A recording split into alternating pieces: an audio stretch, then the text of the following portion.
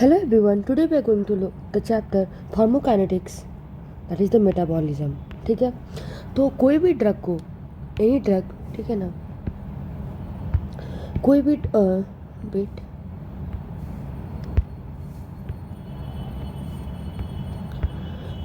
कोई भी ड्रग जो होता है उसका टर्मिनेशन और जो एक्शन का होता है उसको हम लोग एलिमिनेशन कहते हैं।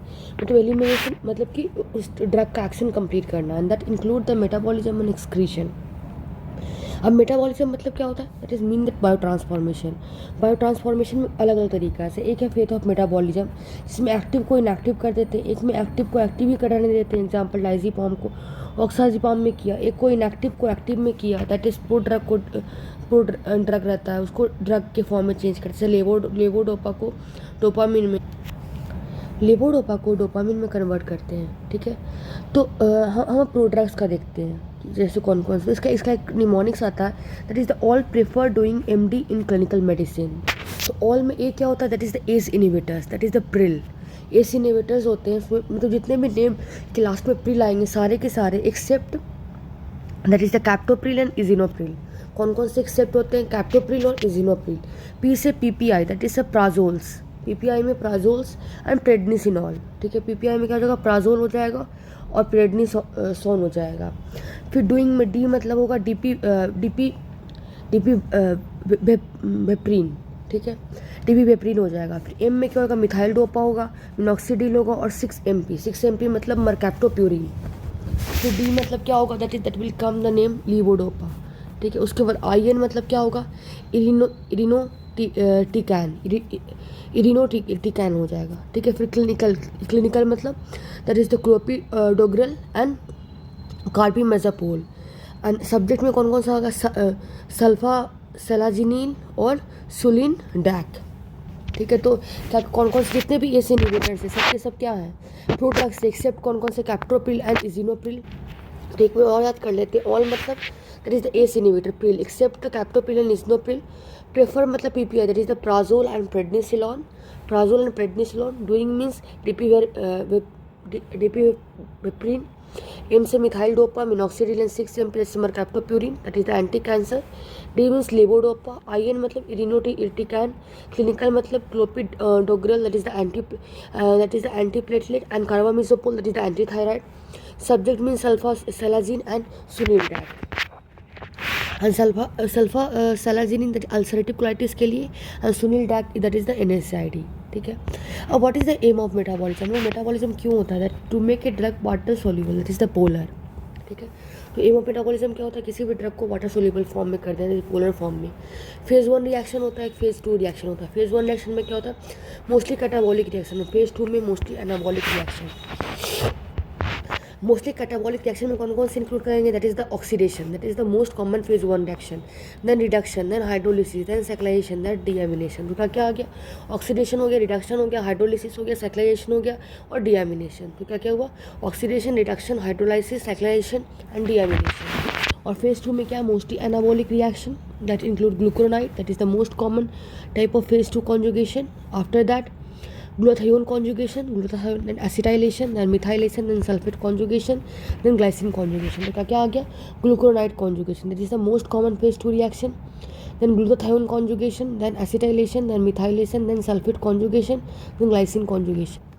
So what is the purpose of phase 1 reaction? This expose the functional group on the drug. इटा एक्सपोज करता है फंक्शनल ग्रुप को functional group on the drug पे। और फेज 2 में क्या है? ड्रग को वाटर सोल्यूबल। ठीक है, आफ्टर दैट इंजाइम में अगर वो देखते हैं तो इंजाइम जो होता है बेसिकली इसको हम लोग बोलते हैं, मतलब इंजाइम क्या है? ड्रग मेटाबॉलिज्म इंजाइम है। ये डिवाइडेड 2 फॉर्म में होते हैं, एक होते हैं माइक्रोसोमल और एक होते हैं नॉन माइक्रोसोमल। माइक्रोसोमल में क्या आएंगे? जो कि प्रेजेंट होगा स्मूथ एंडोप्लाज्मिक रेटिनाकुलम में। ठीक है, माइक्रोसोमल में स्मूथ ACR में प्रेजेंट है और ये इंड्यूस भी हो सकते हैं, इनहिबिटेड भी हो सकते हैं। माइक्रोसोमल में कौन कौन से आते हैं? Most phase 1 type of reaction and glucuronidation. Non microsomal में that is present outside the ACR and this can not be induced और inhibited and this is mostly phase 2 reaction. अब उसके बाद एक होता है इंजाइम इंड्यूसर, एक होता है इंजाइम इनहिबिटर। अगर इंजाइम इंड्यूसर की बात करेंगे तो इसमें आता है GPRS सेल फोन। ठीक है, क्या आता है? GPRS cell phone. और इंजाइम इनहिबिटर में होता है vitamin K cannot cause enzyme inhibition. तो अगर इंजाइम इंड्यूसर की बात करेंगे तो जी मतलब क्या हो जाएगा? ग्राइसियोफुल्बिन।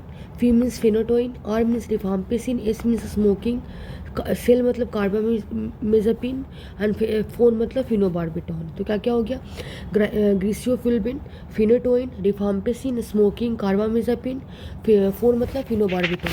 एंजाइम इनिबिटर्स में क्या होगा, vitamin K cannot cause enzyme inhibition, valproate, ketoconazole, cimetidine, ciprofloxacin, erythromycin and isoniazid. तो एंजाइम इंड्यूसर में क्या क्या हो गया, griseofulvin, phenytoin, rifampicin, smoking, carbamazepine, phenobarbitone. और एंजाइम इनिबिटर में वैल्पोरेट, vitamin K cannot cause enzyme inhibition, valproate, ketoconazole, cimetidine, ciprofloxacin, erythromycin and isoniazid. तो क्या हो गया, जीपीआरएस सेलफोन मतलब griseofulvin, phenytoin, rifampicin, smoking, carbamazepine, phenobarbitone. और एंजाइम इनिबिटर में क्या होगा, vitamin K cannot cause enzyme inhibition. ये बेसिकली एक निमोनिक्स है। तो valproate, ketoconazole, cimetidine, ciprofloxacin, erythromycin, isoniazid.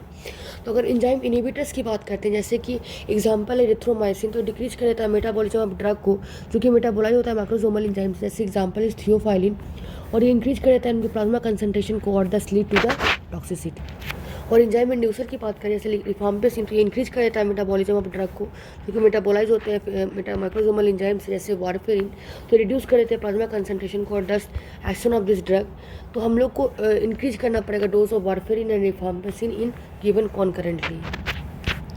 तो क्या हुआ, एंजाइम इनिबिटर जो होता है जैसे कि एरिथ्रोमाइसिन, तो डिक्रीज कर देता है ड्रग मेटाबॉलिज्म को, ठीक है ना, किससे, मैक्रोसोमल एंजाइम से, जैसे कि थियोफाइलिन, ठीक है।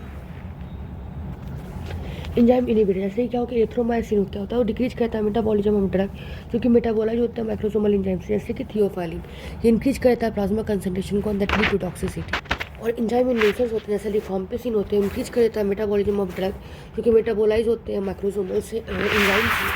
तो जैसे कि वारफेरिन, ठीक है ना, तो रिड्यूस कर देते हैं प्लाज्मा कंसंट्रेशन को और दस एक्शन ऑफ ड्रग को, इसलिए हमें डोज ऑफ वारफेरिन को इंक्रीज करते रहना पड़ता है जब हमें रिफाम्पिसिन देते हैं, क्योंकि रिफाम्पिसिन क्या है, दिस इज एंजाइम इंड्यूसर। तो क्या होगा एंजाइम इंड्यूसर में, जीपीआरएस सेलफोन फिर से आप याद कर सकते हो, griseofulvin, phe for phenytoin, R for rifampicin, S for smoking, cell mean C for carbamazepine, ठीक है ना, फोन में पी फॉर फिनोबार्बिटॉन। तो क्या हो गया, G for griseofulvin, P for phenytoin, R for rifampicin, S for smoking, C for carbamazepine, P for phenobarbitone. और कौन कौन से एंजाइम इनिबिटर्स होते हैं, vitamin K cannot cause enzyme inhibition, valproate, ketoconazole, C4 cimetidine, again C4 ciprofloxacin, E4 erythromycin and I4 isoniazid, ठीक है।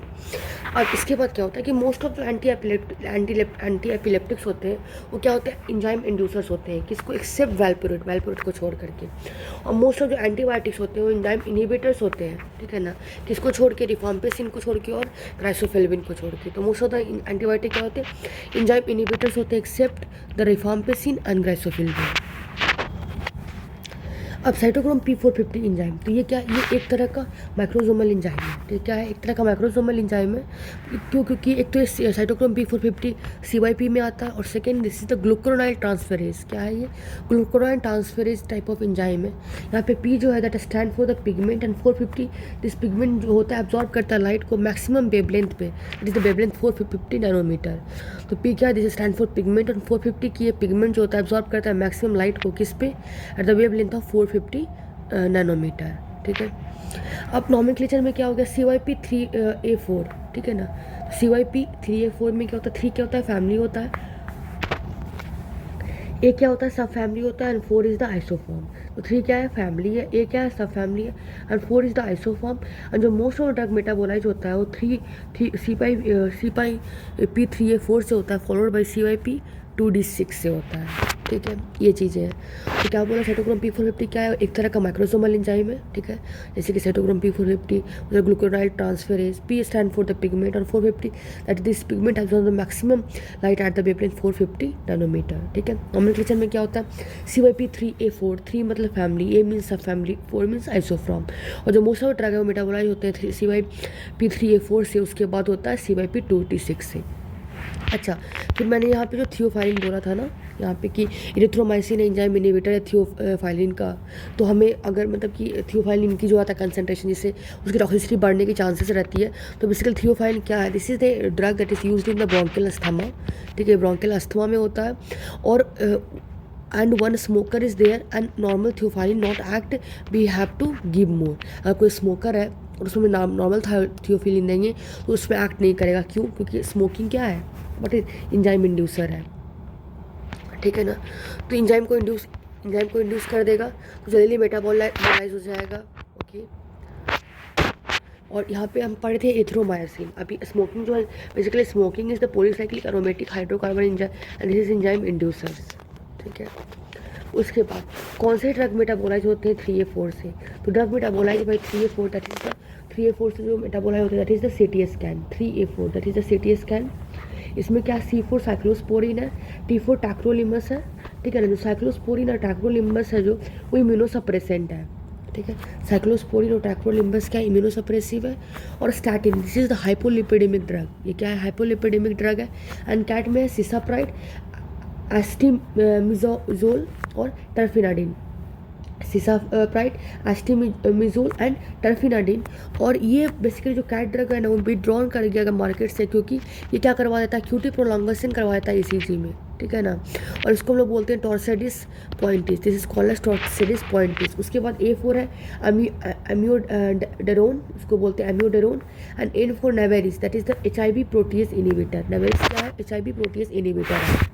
तो कौन कौन से ड्रग मेटाबोलाइज होते हैं 3A4 से, ठीक है ना। ये इंपॉर्टेंट 3, इसमें ये भी इंपॉर्टेंट है कि 3 क्या है, फैमिली, A क्या है, सब फैमिली, 4 क्या है, आइसोफॉर्म है, ठीक है।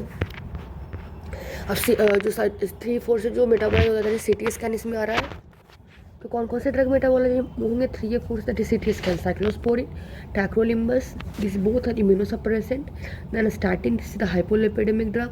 Then cat drug that is cisapride, astemizole and then terfenadine. और इसको हमने मार्केट से हटा लिया क्योंकि because they cause the QT, cat cause QT, cat मतलब कि बड़े क्यूट होते हैं, so QT prolongation in ECG। उसके बाद है एमियोडेरोन, देन नेबेरिस, that is HIV protease inhibitor, नाबरिस, ठीक है। उसके बाद एक और है कि ड्रग मेटाबोलिज्म 2C9, तो इसके नाम से ही आपको याद हो जाएगा 2C9, ठीक है ना। तो यहाँ पे C जो है that is clotting factors related, that is warfarin. C means clotting, तो वारफेरिन मेटाबोलाइज होता है 2C9 से। और 9 look like the mirror image of P, तो phenytoin, this is the mirror image of 9, this look like P of phenytoin. And that is the drug metabolise by, और भी है the drug metabolise by 2D6।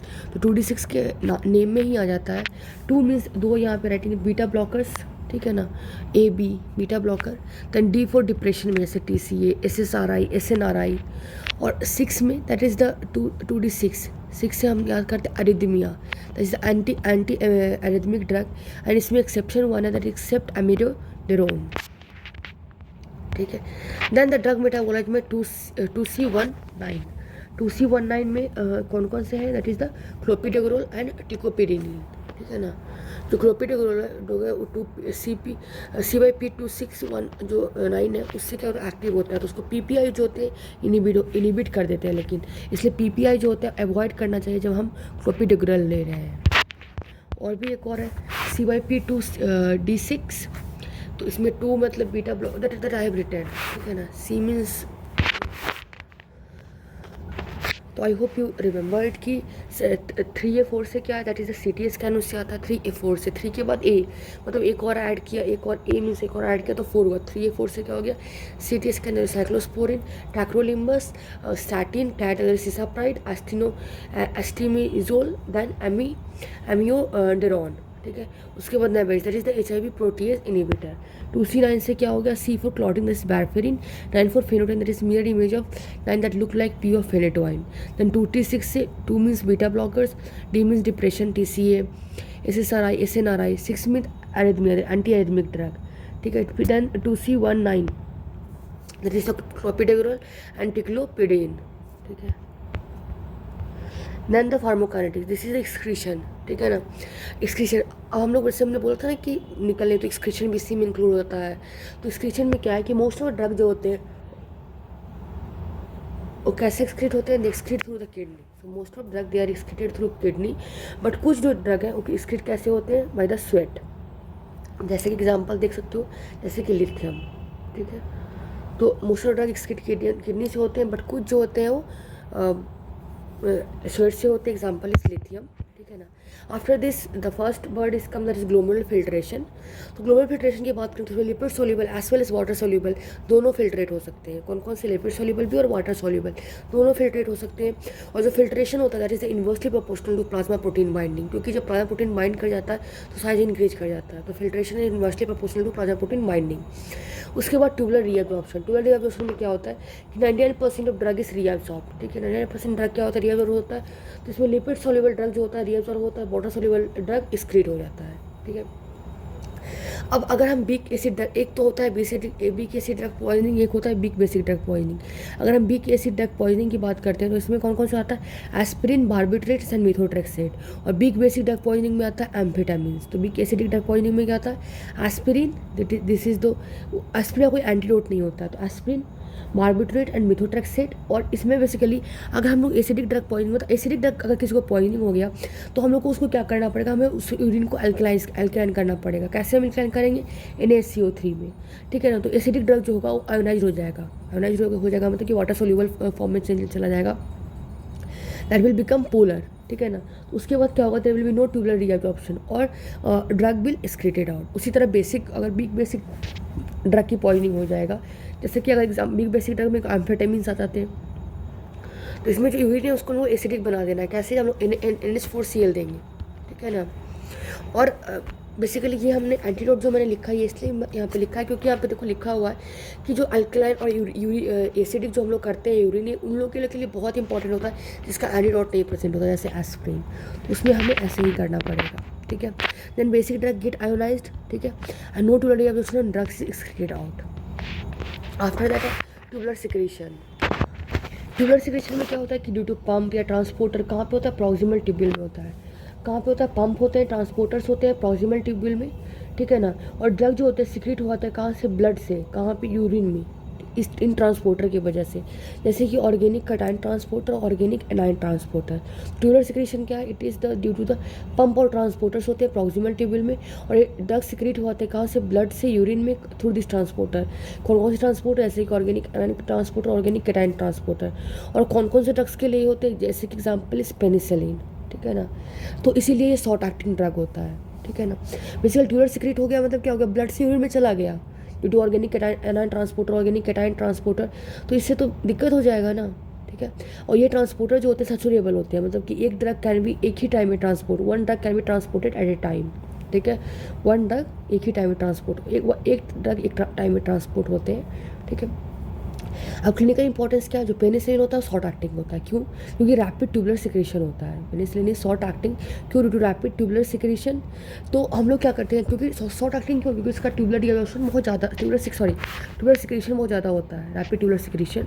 तो इसलिए हम लोग penicillin में क्या करते हैं, प्रोबेनिसिड मिला देते हैं, क्यों, ताकि वो ड्रग लॉन्ग एक्टिव बन जाए, ठीक है, ठीक। तो अगर हम लोग प्रोबेनिसिड डालते हैं तो प्रोबेनिसिड ही जाता है, नॉट पेनिसिलिन, तो लॉन्ग एक्टिंग बन जाएगा। और प्रोबेनिक एसिड जो होता है उसका हाई एफिनिटी होता है किसके लिए, फॉर ट्रांसपोर्टर, और प्रिवेंट करता है ट्यूबुलर पेनिसिलिन का सिक्रीशन में, और ये पेनिसिलिन को लॉन्ग एक्टिंग बनाता है। अब उसके बाद अगर क्लियरेंस ज़्यादा होता है ग्लोमेरुलर फिल्ट्रेशन से, क्लियरेंस ज़्यादा होता है तो tubular secretion must be present. और अगर क्लियरेंस कम है, GFR ज़्यादा है तो tubular reabsorption must be present. ये हो गया। Now we are going to know the kinetics of elimination. अगर हम लोग काइनेटिक्स ऑफ एलिमिनेशन की बात करते हैं तो इसमें कुछ टर्म है, होल ऑफ डिस्ट्रीब्यूशन, जैसे अमाउंट ऑफ ऑन CU, ठीक। उसके बाद लोडिंग डोज है तो volume distribution into target concentration, PC steady state plus by concentration. फिर MD अगर बोलते तो CL इंटू टारगेट कंसंट्रेशन। ये सब थोड़ा मतलब पहले भी डेफिनेशन आता है तो इसको थोड़ा सा याद कर लेना है, ठीक है। उसके बाद हम रेट ऑफ एलिमिनेशन की बात करते हैं। तो रेट ऑफ एलिमिनेशन क्या है, this is the incomplete parameter, क्यों, क्योंकि हम लोग को PCC जानना पड़ेगा। तो rate of elimination is incomplete parameter because we have to know the PCC। So R is the rate of drug eliminated upon time. और ड्रग एलिमिनेट हुए कौन कौन से, that is the metabolism plus excretion. तो याद रखेंगे कि rate of elimination कैसे, amount of drug eliminated upon time. और ड्रग एलिमिनेटेड में क्या क्या आता है, मेटाबॉलिज्म भी आता है और एक्सक्रीशन भी आता है। और क्लियरेंस की बात करेंगे तो rate of elimination it is incomplete parameter, but clearance is complete parameter, क्योंकि क्लियरेंस में टोटल बॉडी क्लियरेंस भी हो सकता है और भी हेपेटिक क्लियरेंस सब कुछ भी होता है। तो क्लियरेंस में क्या होता है कि कितना में से कितना, this means that rate of elimination upon plasma concentration, मतलब कितना एलिमिनेट हुआ अपॉन प्लाज्मा कंसनट्रेशन। ठीक है। आफ्टर द एक्सट्रैक्शन रेशियो मतलब ER। ठीक है। तो ये अमाउंट ऑफ ड्रग है तो जो कि एक्सक्रीट किससे होता है, बाय एन ऑर्गन। तो it is amount of drug that is excreted by the organ. और इसको कैलकुलेट कैसे करते हैं, extraction ratio is equal to CA minus CB upon CA। CA means क्या, concentration of drug in artery जो कि enter कर रहा है किसी ऑर्गन में, और CB means concentration of drug in when जो कि लीव कर रहा है ऑर्गन को। ठीक है ना। And this is called as hepatic ratio. ठीक है ना। और अगर क्लियरेंस हम किसी ऑर्गन की हम लोग बात करते हैं तो ये क्या होता है, that is extraction ratio into blood flow. तो क्लियरेंस किसी भी ऑर्गन के लिए फॉर्मूला क्या होता है, extraction ratio into blood flow. ठीक है। जैसे अगर हम लोग हिपैटिक क्लियरेंस की बात करते हैं तो इसमें क्या होगा, hepatic extraction ratio into blood flow to the liver extraction. अब हिपैटिक एक्सट्रैक्शन रेशियो हम लोग कैसे निकालेंगे, हिपैटिक एक्सट्रैक्शन रेशियो में क्या होगा कि कितना उसमें आया कितना गया अपॉन कितना आर्टरीज में है। ठीक है ना। तो hepatic clearance basically first metabolism को शो करता है। आफ्टर दैट रीनल क्लियरेंस मतलब क्या होगा, renal extraction ratio blood flow to the kidney. ठीक है। टोटल बॉडी क्लियरेंस में क्या हो जाएगा, sum of total clearance of individual organ, पूरा का पूरा ऑर्गन का। उसके बाद अगर किसी ड्रग का हाई हिपैटिक एक्सट्रैक्शन रेशियो है तो on oral administration liver can extract large amount of drug before it reach the systemic circulation. मतलब सिस्टमिक सर्कुलेशन में पहुंचने से पहले क्या होगा, जो लीवर उसको बहुत ज़्यादा सबको यूज़ कर देगा, जिससे क्या होगा, there will be poor ability, जिसको हम लोग बोलते हैं फर्स्ट पास मेटाबॉलिज्म। कौन कौन से ड्रग का हाई फर्स्ट पास मेटाबॉलिज्म होते हैं, फिर हाई हिपैटिक एक्सट्रैक्शन रेशियो होते हैं, lignocaine, propanol and GTN, LPG इसकी शॉर्ट फॉर्म है। आफ्टर दैट हाफ लाइफ की बात करते हैं तो it is a time minimum plasma concentration जो ड्रग का है वो है कितना हो जाए, हाफ हो जाए। तो प्लाज्मा कंसनट्रेशन जब ड्रग का हाफ हुआ तो इसको बोलते हैं T हाफ लाइफ। और हाफ लाइफ जो होता है कांस्टेंट होता है फर्स्ट ऑर्डर काइनेटिक्स, क्योंकि जो फर्स्ट ऑर्डर काइनेटिक्स होते हैं उनका जो फॉर्मूला है वही 0.693/K होता है। इसका मतलब क्या हो गया, हाफ लाइफ उसका कॉन्स्टेंट है। ठीक है। तो टाइम जिसमें प्लाज्मा कंसनट्रेशन किसी ड्रग का हाफ हो जाए, this is called as half life. क्या हाफ हो जाए, प्लाज्मा कंसनट्रेशन। ठीक है। प्लाज्मा में जो कंसनट्रेशन है ड्रग का, क्योंकि एब्जॉर्ब होने के बाद आया वो हाफ हो जाए। और हाफ लाइफ क्या होता है, कांस्टेंट होता है फर्स्ट ऑर्डर काइनेटिक्स में। और टी हाफ जो होता है मोस्ट ऑफ ड्रग उसका कांस्टेंट ही होता है। जैसे टी हाफ 6 आवर होता है आफ्टर 1 डे। ठीक है। मतलब कि टी हाफ टी हाफ अगर 6 आवर है तो आफ्टर 1 डे कितना ड्रग उसके बॉडी में रिमेन करेगा। तो मतलब 100 अगर कोई ड्रग का कंसनट्रेशन है तो टी हाफ लाइफ के बाद वो 50 हो जाएगा, उसका हाफ टी लाइफ के बाद वो 25 हो जाएगा, उसके बाद वो 12.5 हो जाएगा, उसके बाद वो 6.5 हो जाएगा। ठीक है। तो अब मतलब कि 100 से 6.5 हो गया कितना, 1 2 3 4 24 आवर्स के बाद तो कितना ड्रग रिमेन हो गया, 93.75%। ठीक है। Now what are importance of T half, इसे डोज जो होता है कैलकुलेट नहीं कर सकते हैं। और डोज कैन बी कैलकुलेटेड, और dosing interval that is frequency भी हम लोग को उसको dose can not be calculatable. Dose तो हम लोग नहीं उसको पता कर सकते, बट डोजिंग इंटरवल मतलब कितने घंटे के बाद हमें उसे देना है, क्योंकि टी हाफ पता चल रहा है ना कि कितने देर के बाद हमारे ब्लड प्लाज्मा में से चला जाएगा, तो फ्रीक्वेंसी हम लोग जान सकते हैं। ठीक है। और टी हाफ जो होता है वॉल्यूम डिस्ट्रीब्यूशन के डायरेक्टली प्रोपोर्शनल होता है। टी हाफ बेसिकली 0.693/K होता है, जिसको K को क्या बोलते हैं, एलिमिनेशन रेट कांस्टेंट, और K को होता है clearance upon volume of distribution. तो टी हाफ क्या हो गया, 0.693 और into volume of distribution upon clearance, ये हो गया। नाउ स्टेडी स्टेट क्या होता है कि एक स्टेट होता है जहाँ पे जो rate of administration of drug है that is equal to rate of elimination. मतलब जितना हमने ड्रग एडमिनिस्ट्रेट किया वही रेट ऑफ एलिमिनेशन, मतलब जितना एलिमिनेट हुआ ड्रग उसके बराबर होता है। ठीक है। तो उसको बोलते हैं स्टेडी स्टेट। और ये 3-4 डोज के बाद ये स्टेडी स्टेट की जो कंसनट्रेशन है वो आती है। ठीक है ना। और स्टेडी स्टेट को ही क्या बोलते हैं, प्लेटो प्रिंसिपल, दैट इज बिकॉज मतलब वहाँ पर स्टेडी स्टेट आ गया ना। ठीक है ना।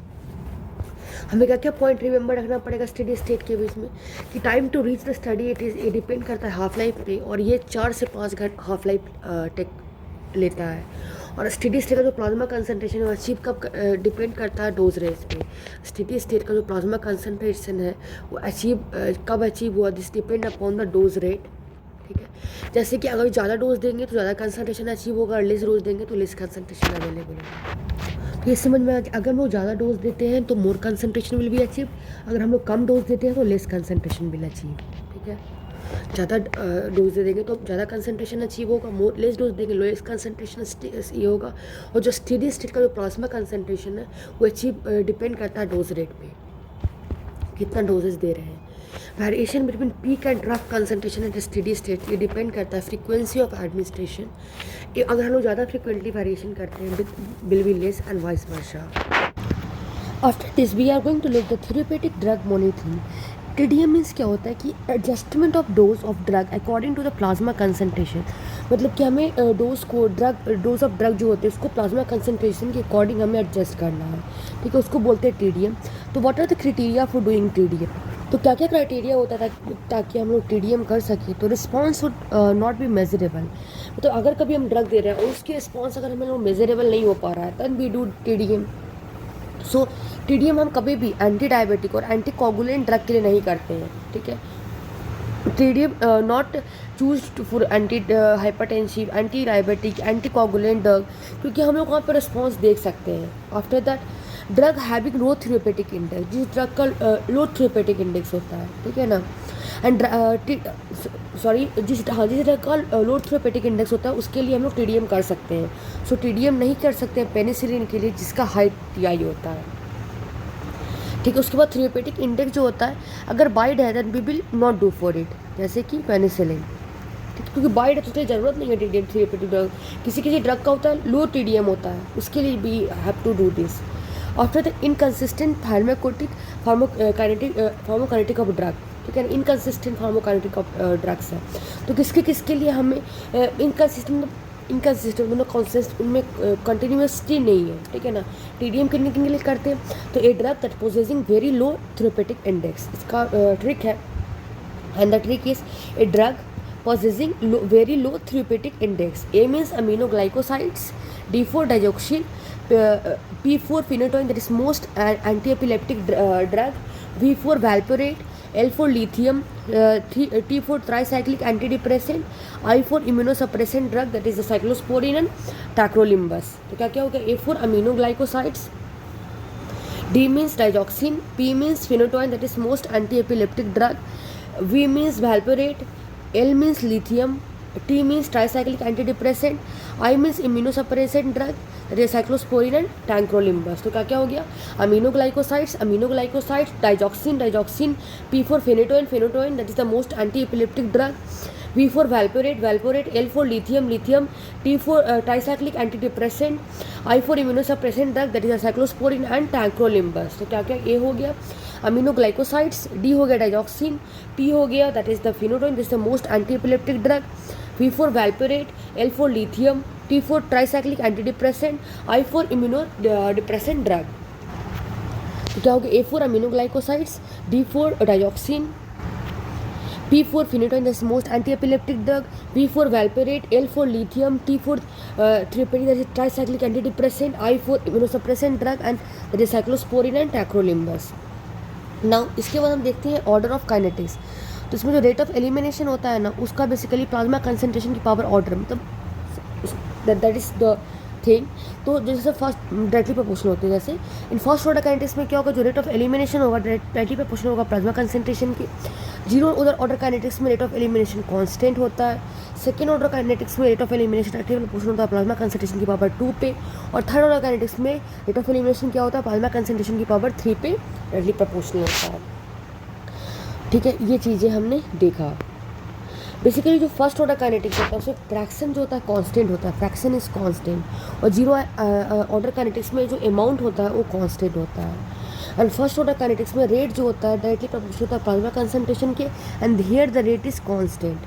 Clearance that is the rate of elimination of plasma concentration, जैसे 50/100, 25/50, 12.5/25 में सब कांस्टेंट होता है। और क्लियरेंस जो जीरो ऑर्डर काइनेटिक्स में क्या होता है? इन्वर्सली प्रोपोर्शनल होता है प्लाज्मा कंसंट्रेशन की। तो यहाँ पे इसका कांस्टेंट होता है फर्स्ट ऑर्डर काइनेटिक्स का, इसका डायरेक्टली प्रोपोर्शनल होता है प्लाज्मा कंसंट्रेशन का। मेजोरिटी ऑफ ड्रग जो होते हैं बेसिकली फॉलो करते हैं फर्स्ट ऑर्डर काइनेटिक्स को, और कुछ कुछ ड्रग जीरो ऑर्डर काइनेटिक्स को फ्लो करते हैं। कौन सा? इसका mnemonics, that is zero watt power. Zero order kinetics W for warfarin, A for alcohol या फिर aspirin, T for theophylline, T for tolbutamide, P for phenytoin. तो क्या हो गया? Zero watt power. तो जीरो ऑर्डर काइनेटिक्स कौन कौन से फॉलो कर? W for warfarin, A for alcohol या फिर aspirin, T for थियोफिलिन, then T for tolbutamide, P for phenytoin. अब रीजंस में क्या हो गया? जो ऑर्डर ऑफ काइनेटिक्स होता है वो डिपेंड करता है इंजाइम सैचुरेशन पे, ठीक है ना। जैसे अगर इंजाइम अबंडेंट है तो फॉलो करता है फर्स्ट ऑर्डर काइनेटिक्स को, अगर इंजाइम लिमिटिंग फैक्टर है तो जीरो ऑर्डर काइनेटिक्स को फॉलो करता है, ठीक है। और जीरो ऑर्डर काइनेटिक्स को हम लोग सूडो जीरो ऑर्डर काइनेटिक्स भी बोलते हैं या फिर नॉन लीनियर काइनेटिक्स भी बोलते हैं। तो I hope you get it कि ऑर्डर ऑफ काइनेटिक्स हमें कैसे करते हैं। बेसिकली तो रेट ऑफ एलिमिनेशन होता है, और डायरेक्टली पर पूछना होता है प्लाज्मा कंसंट्रेशन की पावर तो ऑर्डर पे। जैसे फर्स्ट ऑर्डर काइनेटिक्स में रेट ऑफ एलिमिनेशन जो होता है डायरेक्टली पर पूछना होता है प्लाज्मा कंसंट्रेशन पे,